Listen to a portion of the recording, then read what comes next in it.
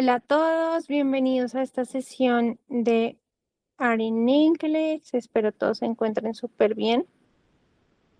Bueno, vamos a dar inicio a nuestra competencia diaria. Acá les estoy compartiendo ya mi pantallita. ¿La están viendo? Sí, Ale, buenas tardes. Perfecto. Entonces, vamos a dar inicio a nuestra competencia diaria del día de hoy. Empecemos por acá y veamos que un cliente que tiene un linfoma no Hodgkin está recibiendo daunorubicina. ¿Cuál de los siguientes hallazgos debería indicarle a la enfermera, perdónenme, que el cliente está experimentando un efecto adverso relacionado con el medicamento? Estos son el tipo de preguntas que podemos encontrar en el NCLEX sobre la farmacología, ¿cierto? Acá nos están hablando de un medicamento, ¿cierto? Una quimioterapia, que es la daunorubicina, y que precisamente puede tener, como cualquier medicamento, tanto efectos secundarios como efectos adversos.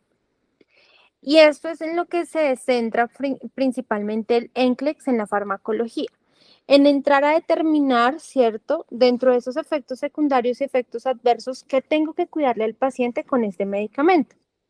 Entonces, efectos secundarios son efectos que genera el medicamento, efectos negativos que genera el medicamento, pero que son esperados, ¿cierto? Entonces son esperados. Por ejemplo, un efecto secundario de la aspirina podría ser malestar gastrointestinal, ¿cierto? Efecto secundario. Y un efecto adverso son efectos negativos del medicamento que no espero con el medicamento. Es decir, con la aspirina, una hemorragia de vías digestivas, ¿cierto? Esa hemorragia de vías digestivas pues puede llegar a generarse como un efecto adverso. Lo que más le cuido al NCLEX son esos efectos adversos, porque me ponen en riesgo la vida del paciente. Son efectos que casi siempre son efectos graves. ¿Listo? Cuando me hablan de efectos adversos, busco como la consecuencia más grave y algo que no me espero con el medicamento, como dentro de los efectos secundarios que sí me los espero. Identifiquen en esta primera parte, como siempre les digo, el contexto de la pregunta, ¿sí? Este es el contexto. E identifiquen acá cuál es la palabra clave, que es el efecto adverso. Teniendo claro esto, empiezo a mirar cuál puede ser el efecto adverso. A, fiebre. B, heridas en la boca y la garganta. C, se queja de náusea y vómito. O D, crepitantes en la auscultación de los pulmones. Sabemos que la mayoría, bueno, antes de ir a la explicación, ¿cuál creen que es la respuesta, chicos?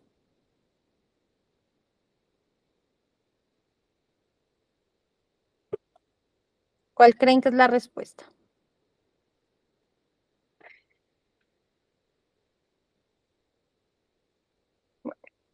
Entonces hay algo que tenemos que tener claro y es que la mayoría de las quimioterapias, ¿cierto? Van a tener como efecto secundario las náuseas y el vómito.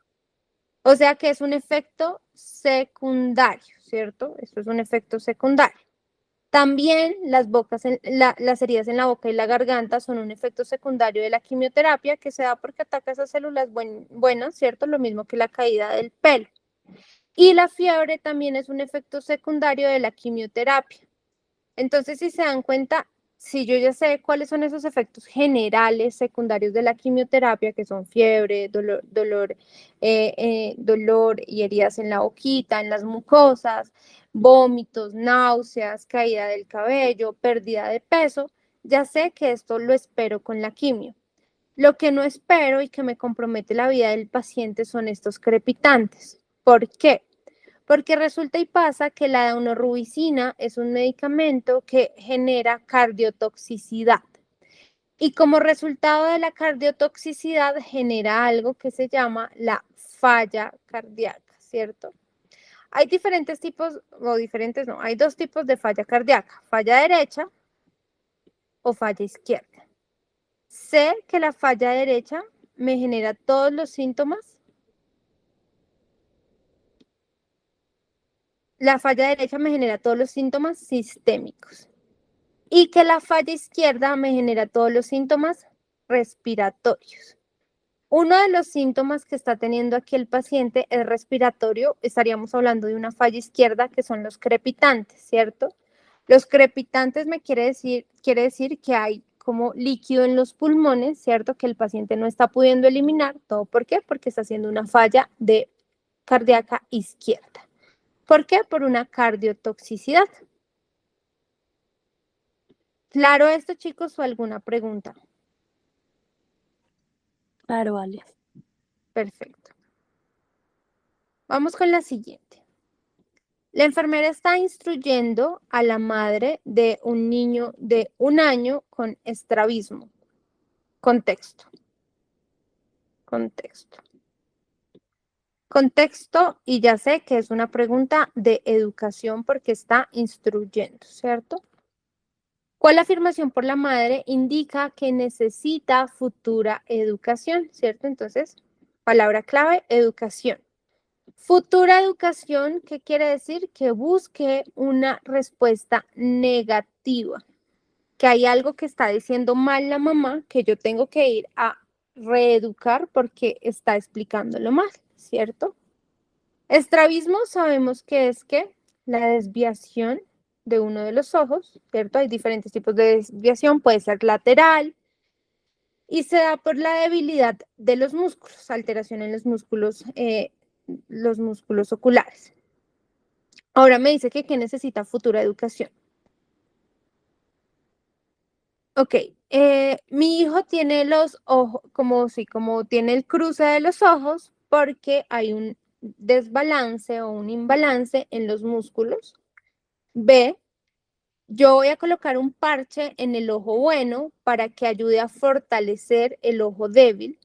C, mi hijo va a salir de esta condición a los 2 años. Mi hijo sí, se va a mejorar a los 2 años y va a ver todo bien. O D, si el parche no trabaja, yo necesito corregir con cirugía. ¿Cuál requiere educación, chicos? La sé, Ale. ¿Por qué la C? Porque aunque no, el parche no sea efectivo, se puede hacer una cirugía. Ya. Y no se supera, Y dime. no se supera a los 2 años, ajá, porque Exacto. es un proceso. Digamos que esta enfermedad no quiere decir que desaparece con el tiempo, desaparece con la edad, ¿cierto? No quiere decir que le va a durar 1 año y que pues sin tratamiento o con tratamiento podría curarse a los 2 años. No, ¿cierto? Lo único que va a ayudar a curar, ¿cierto? Esto es el tratamiento. El primer tratamiento que vamos a ver es colocar un parche, ¿cierto? Ese parche lo que va a hacer es que va a generar que el ojo fuerte, el ojo fuerte pues sea cubierto para que el ojo que está con sus músculos debilitados como que empiece a trabajar más. ¿Listo? Si no se llega a tratar y si yo espero a que con la edad como que se solucione, podría complicárseme el paciente, podría llegar a desarrollar este niño una ambliopía, ¿cierto? Que es ese ojo perezoso debido a que no hubo un tratamiento. Entonces está bien que el paciente le coloquen un parche, es el tratamiento inicial. Puede que el parche no funcione, ¿cierto? Y si no funciona, pues voy a cirugía. Entonces está bien. Y se da definitivamente por esa debilidad en los músculos. Lo que está mal es que la mamá piense que sin tratamiento el paciente pues a los 2 años ya va a estar bien, porque podría complicar aún más la condición del niño. Bien. Veamos esta por acá. Dice que la enfermera está valorando a un niño que se sospecha que tiene estenosis aórtica. ¿Cuál hallazgo es consistente con la condición? Cuando me dice que es consistente con la condición, es que espero con la patología tener uno de esos síntomas. A, dolor torácico, especialmente durante la actividad física. B, disminución de la frecuencia cardíaca, bradicardia. C, ausencia de soplos cardíacos. O D, ganancia de peso e incremento del apetito. ¿Cuál de estas sería consistente con la patología del niño? La A, Porque eh, la dolor en el pecho, porque si hay estenosis hay menor flujo sanguíneo por ¿qué es parte la de la estenosis? aorta. Es la disminución de ese vaso, pues en ese caso no es un vaso, sino una arteria. Entonces hay como una menor irrigación. Mm, ¿qué es la estenosis, chicos? O sea, ¿qué pasa cuando hay una estenosis en la aorta? ¿Qué pasa con la aorta? Estrechamiento del vaso. Listo. Pues hay La una aorta, disminución del flujo, ¿no? O sea, no va a pasar la misma cantidad de sangre sí, que esa es cuando no hay. esa es principalmente como la principal consecuencia, ¿cierto?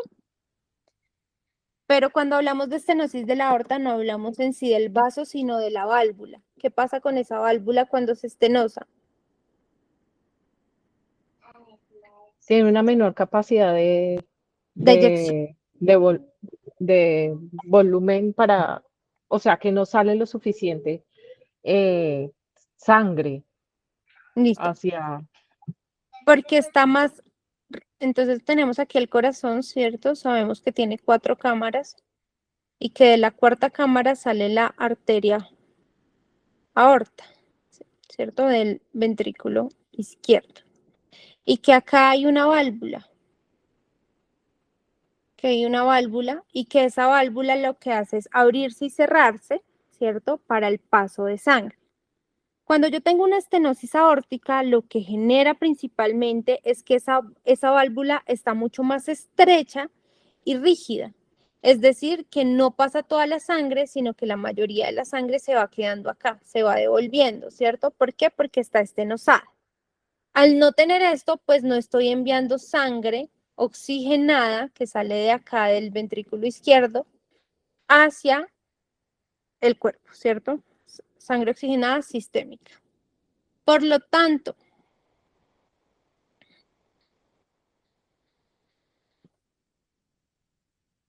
además de esto, ¿cierto?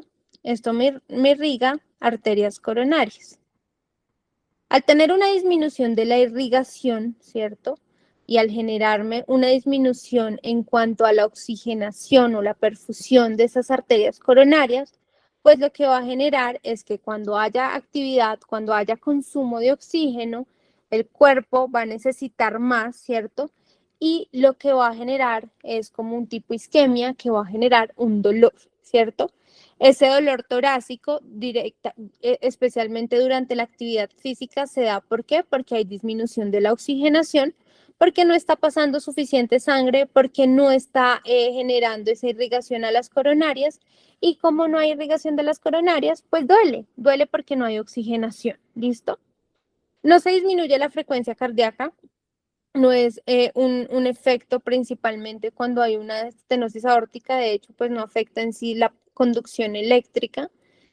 Eh, de hecho, sí genera un soplo, no hay ausencia de soplo, sí genera un soplo precisamente por la rigidez de la válvula y no hay ganancia de peso, hay todo lo contrario, hay disminución de peso porque el niño se pone más irritable y al ponerse más irritable no come y empieza a disminuir el peso. ¿Listo?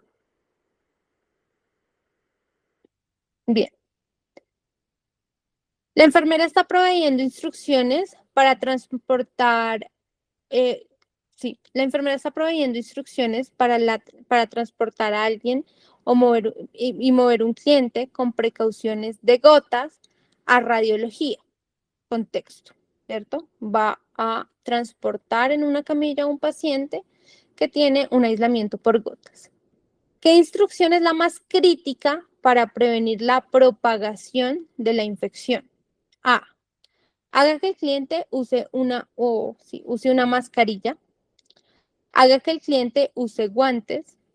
C. El transportador debe usar una mascarilla o un tapabocas, o D, el transportador debe usar una bata de aislamiento. ¿Cuál es la respuesta? El paciente debe usar mascarilla. El paciente debe usar Porque mascarilla. siempre causa gotitas. Él es el que transmite el virus. Muy bien. Precaución de gotas, es quien transmite el virus, por lo tanto, siempre tiene que estar con máscara cuando va a tener contacto con los demás. Guantes no, esto lo haría en un aislamiento por contacto, ¿cierto? Bata tampoco, lo haría en un aislamiento también por contacto.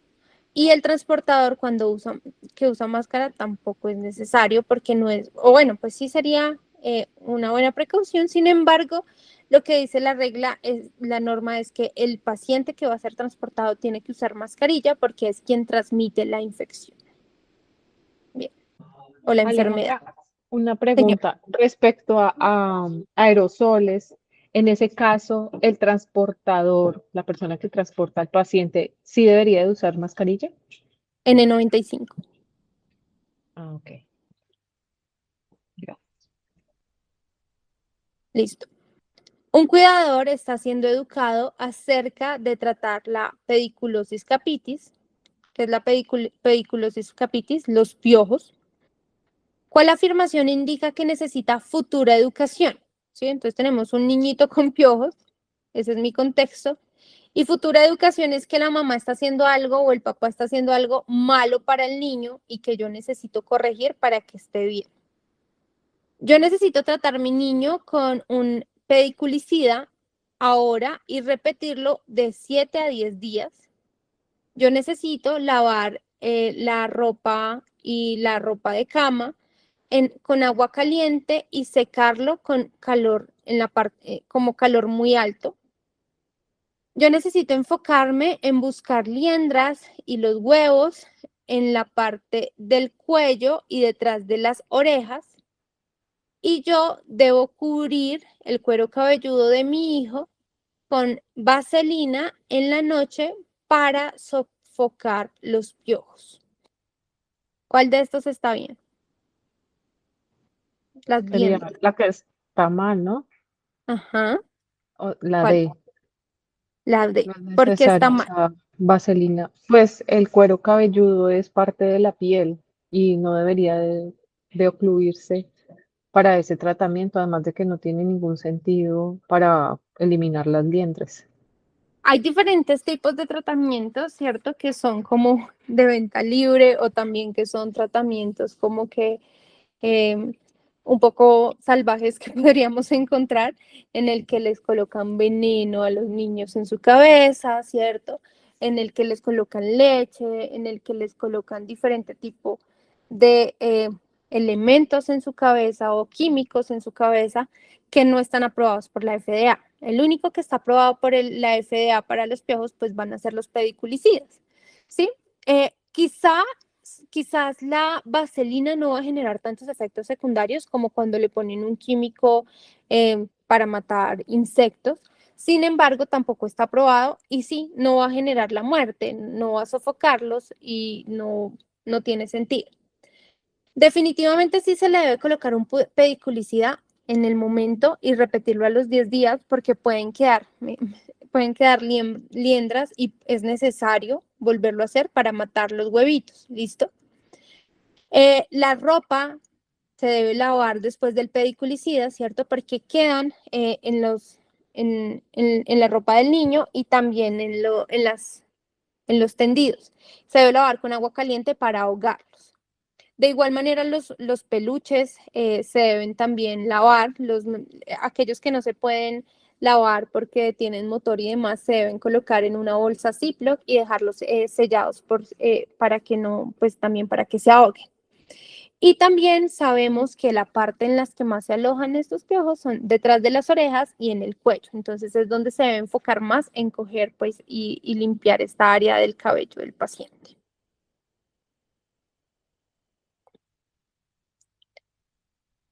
Listo. La enfermera está educando a un niño de edad escolar que tiene asma acerca de usar el albuterol, ¿cierto? El mismo salbutamol inhalado. ¿Cuál de las siguientes instrucciones debe la enfermera incluir? Ojo, educación, ¿cierto? Instrucciones, palabra clave, educación. Limpie la pieza bucal con agua caliente cada 2 semanas. Espere 10 segundos entre cada inhalación. Tome una inhalación superficial y rápida cuando presione el dispensador. O tome el medicamento 15 minutos antes de los juegos, del deporte de juego. ¿Cuál estaría bien? ¿Cuál debo incluir?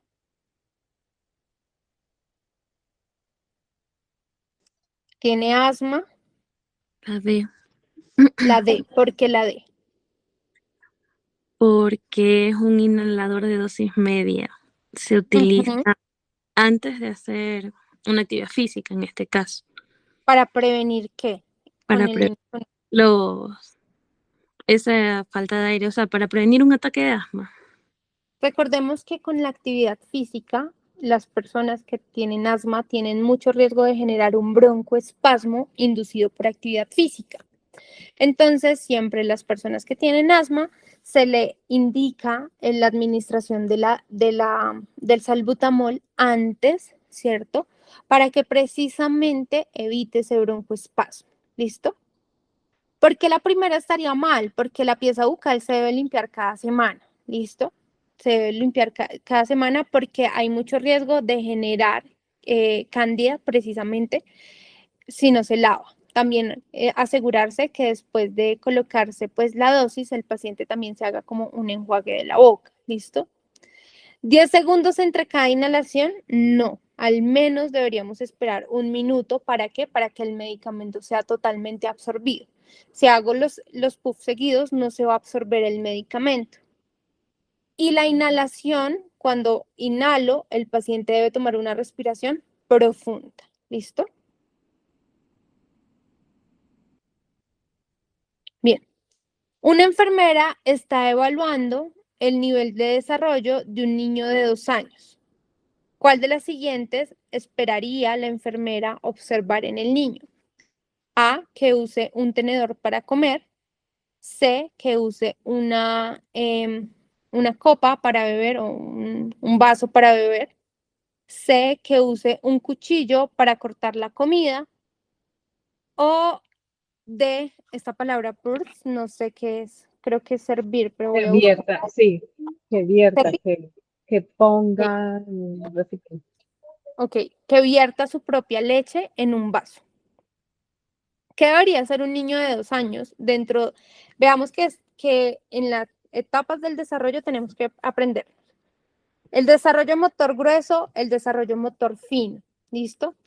Yo sé que esta parte es súper tediosa porque también viene acompañado, ¿cierto?, de las teorías del desarrollo. ¿Qué les recomiendo? Usen a sus hijos, a sus hermanos, a sus primos como referencia, como, ay, que hacía este niño a esta edad, ¿cierto? O imagínenselo, porque es de pura memoria y suele ser muy tedioso. Entonces, a los 2 años en esta parte motor fina, ¿qué debería hacer el niño?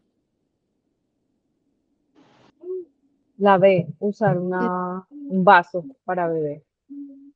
Usar un tenedor aún está muy pequeño, ¿cierto? ¿A qué edad un niño empieza a usar un tenedor para comer?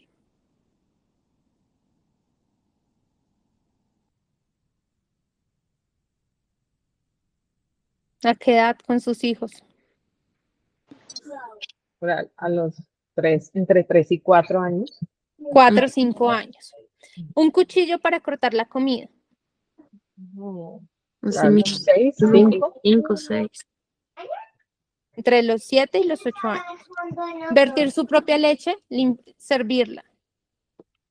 4, 5 también. Exacto. Lo único que puede hacer acá es levantar su copa, ¿cierto? Para beber su vasito. Muy bien. Un cliente que frecuentemente tiene dolor de espalda con resultados de test negativos, causa ausencias en su trabajo, se sugiere cuál desorden. A, desorden somático. B, hipocondriaco, C, desorden de conversión, o D, desorden del dolor somatomorfo. ¿Cuál es?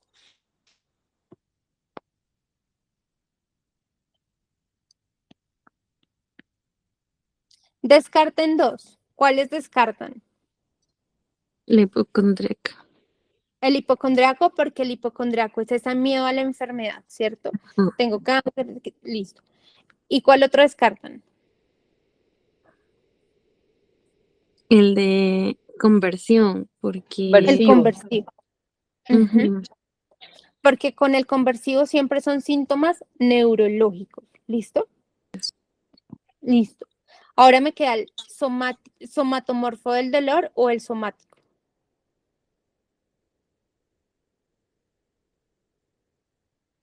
Y aquí hay una diferencia súper clave. En el somatomórfico del dolor solamente hay un dolor específico. Y en el somático hay varios dolores, hay varias quejas. ¿Listo? Hay muchos síntomas físicos. Es como me duele la espalda, pero además tengo muchas ganas de vomitar, tengo migraña. Hay varios síntomas. En el somatomorfo hay un dolor específico, no hay una causa orgánica que genera ganancias secundarias. ¿Cuáles son las ganancias secundarias aquí? Las ausencias laborales. Entonces, recuerden siempre esa diferencia. Hipocondriaco es ese miedo a la enfermedad, ¿cierto? Desorden somático. Hay varios dolores, varias quejas sin causa orgánica. Conversivo, hay efectos neurológicos sin causa orgánica. Y del dolor somatomorfo hay solamente una queja sin causa orgánica y que genera una ganancia secundaria. ¿Listo? Llamar la atención, faltar al trabajo y siempre, siempre como que la causa de este dolor es un trauma o un dolor o como una crisis emocional. Bien. La enfermera está educando a un cliente que tiene una nueva prescripción de un anticonceptivo oral de solo progesterona. ¿Cuál de la siguiente información debe la enfermera incluir? A. Notifique al médico si usted experimenta un sangrado de repente. B. Los anticonceptivos de solo progesterona es más probable que generen trombosis venosa profunda que los anticonceptivos que contienen estrógeno. C. Tome una dosis adicional si usted vomita durante las 24 horas después de haber tomado el medicamento. O D. Use un método de barrera con la anticoncepción si usted es incapaz de tomar el medicamento en la hora programada. ¿Cuál debemos incluir?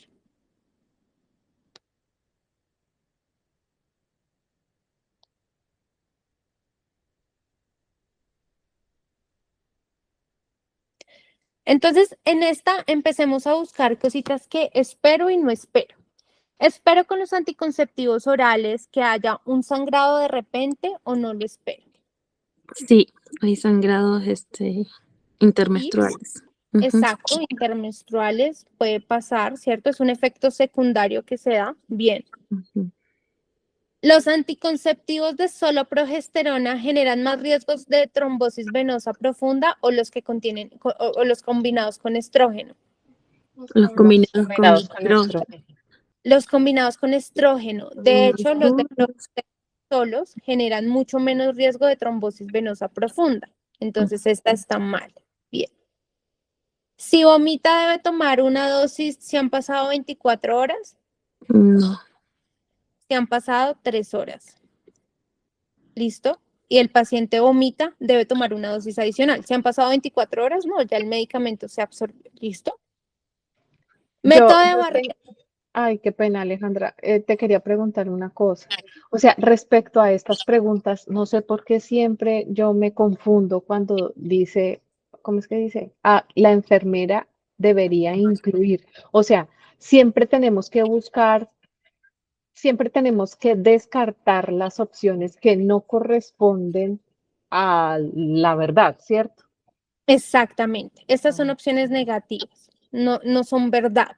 No es verdad que tengo que notificar al médico si sangra porque pues es algo esperado. No es verdad que este anticonceptivo genera más riesgo de trombosis porque de hecho no tiene estrógenos, genera menos riesgo. No es verdad que si el paciente vomita en 24 horas debe tomar otra dosis. Es verdad si el paciente vomita dentro de las 3 horas de administración del medicamento que debe tomar otra dosis. ¿Sí? No es verdad. Mientras que sí es verdad que debe usar un método de anticoncepción, porque si el medicamento no se toma a la misma hora, pues va a generar el riesgo de que el paciente quede embarazado. Entonces, este método es para personas que se toman el medicamento siempre a la misma hora porque disminuye el riesgo pues de que la paciente pues quede embarazada. Sí, o sea, cuando lo estés haciendo, yo sé que a veces eso genera confusión, Tania. Entonces, si tú dices, debe incluir, entonces no es verdad que, sí es verdad que usa como esa premisa para irla contestándotela a ti misma. Ok, muchas gracias. Y por eso les digo, siempre identifiquen si es una respuesta positiva o una respuesta negativa. Porque aquí también puede salirnos cuál de la siguiente información la enfermera no debe incluir. No debe incluir. Ahí sí tengo que buscar una respuesta negativa. Hay que ser muy conscientes cuando leemos este tipo de preguntas, ¿listo? Y por último, un toddler está diagnosticado con síndrome de Reye, ¿cierto? La enfermera debería esperar una historia de una infección reciente de cuál de los siguientes. A, celulitis, B, influenza, C, meningitis bacteriana o D, papeles. Síndrome de Reye, que vimos que es el síndrome de Reye y esta nos ha salido mucho. Una encefalopatía que se da por el consumo de ¿qué? De la aspirina.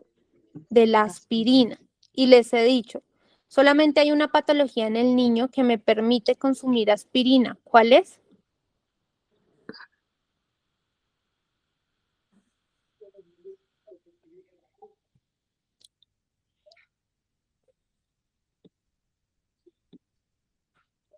Un Kawasaki. Kawasaki.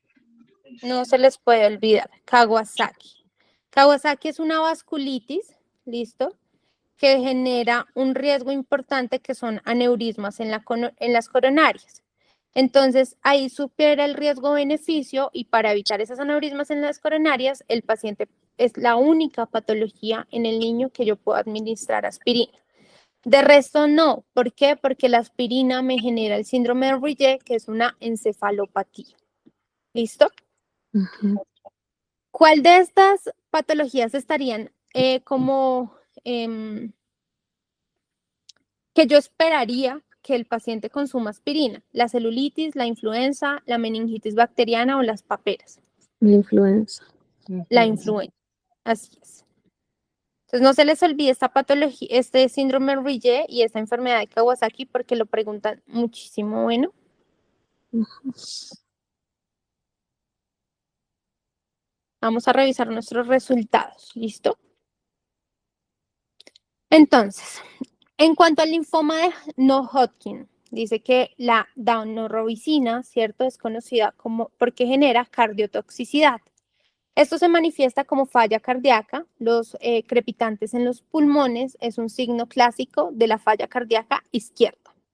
La fiebre, las heridas en la boca, las náuseas, el vómito son efectos secundarios comunes que genera la mayoría de los medicamentos de la quimioterapia y no indican que precisamente pues esté generando un efecto tóxico amenazante para la vida como lo es la daunorubicina.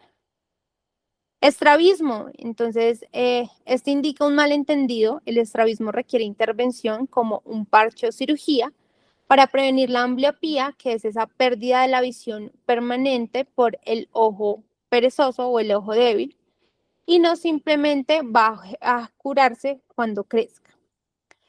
Las otras son afirmaciones correctas. ¿Listo? Bien. Estenosis aórtica. La estenosis aórtica restringe el flujo del ventrículo izquierdo que genera una disminución en la perfusión de la arteria coronaria y genera dolor de tórax cuando hay actividad. Los soplos sistólicos son esperados con la estenosis aórtica. La bradicardia no es típica. Y también vamos a ver que los niños van a tener pobre alimentación y por lo tanto van a ganar pobre peso. O sea, no van a estar disminuidos su pesito. El aislamiento por gotas. La manera más efectiva de prevenir la propagación de infecciones transmitidas por gotas es contener la fuente. El cliente debe usar una mascarilla, ¿cierto? Cuando sale de la habitación aislada para prevenir diseminar por gotas la infección en el ambiente. Los guantes y las batas no se requieren en precaución por gotas, a menos de que también pues tenga un contacto o también sea por los fluidos corporales. El transportador no necesita usar una mascarilla si el cliente, que es la fuente, va correctamente con su máscara. Los piojos. Entonces, usar esta vaselina, ¿cierto? Indica futura educación. Hay algunos remedios que envuelven la oclusión que no se recomiendan como la primera línea de tratamiento y la efectividad no está establecida, con lo que la FDA ha aprobado para la pediculosis. El asma. Este medicamento debe colocarse 15 minutos antes de los deportes. El albuterol es un broncodilatador de corta acción. Es efectivo para prevenir broncoespasmo inducido por ejercicio. Tomarse 15 o 20 minutos antes de la actividad física puede prevenir un futuro ataque. ¿Listo? La pieza bucal debe ser lavada al menos una vez por semana. El puff debe esperarse al menos un minuto. La inhalación debe ser lenta y profunda para que el medicamento pues llegue a los pulmones efectivamente. Usar la copa para beber. El niño de 2 años tiene sus habilidades motoras finas, como usar su copa para beber. Usar el tenedor, cortar con un cuchillo, vertir líquidos sin salpicar. Son habilidades más avanzadas que típicamente se desarrollan después de los 2. El desorden de dolor somatomorfo. Este desorden de dolor somatomorfo ahora se puede ver como el desorden de síntomas somáticos. Es caracterizado porque se enfoca en un dolor, ¿listo? En un dolor con factores psicosociales que precisamente tienen un rol significante en el inicio del dolor, la severidad y el mantenimiento. Anticonceptivo oral de progesterona se debe tomar siempre el mismo día para que sea efectivo y a la misma hora. El mismo día no, se debe tomar siempre en la misma hora. Las píldoras deben tomarse al menos máximo con 3 horas como este backup. O si no, va a requerir un método de backup por 2 días. Es incorrecto que este sangrado es un efecto secundario, no hay que notificar al médico. Tienen bajo riesgo de trombosis venosa profunda comparado con las combinadas y una dosis extra es necesaria si el vómito ocurre en 3 horas, no en 24 horas. Síndrome de Reye está asociado con el uso de la aspirina. Vamos a ver que esto casi siempre se dan cuando una infección viral, más notable como la influenza o la varicela. Las otras condiciones no típicamente se desarrollan el síndrome de Reye. ¿Listo? Entonces, chicos, esto es todo por hoy en cuanto a la competencia diaria. Recuerden que la próxima competencia que vamos a tener la próxima clase en la que nos vamos a ver es el lunes, en la cual vamos a llevar a cabo una práctica de preguntas de endocrinología. ¿Listo? Vamos a hacer un pequeño resumito como para que ustedes lo usen para su estudio independiente. Y después de eso lo usamos para responder las mismas preguntas para que ustedes queden súper claros con ese tema. ¿Listo? Espero que tengan una feliz tarde. No sé si tengan dudas, preguntas, recomendaciones. Acá estoy para escucharlos.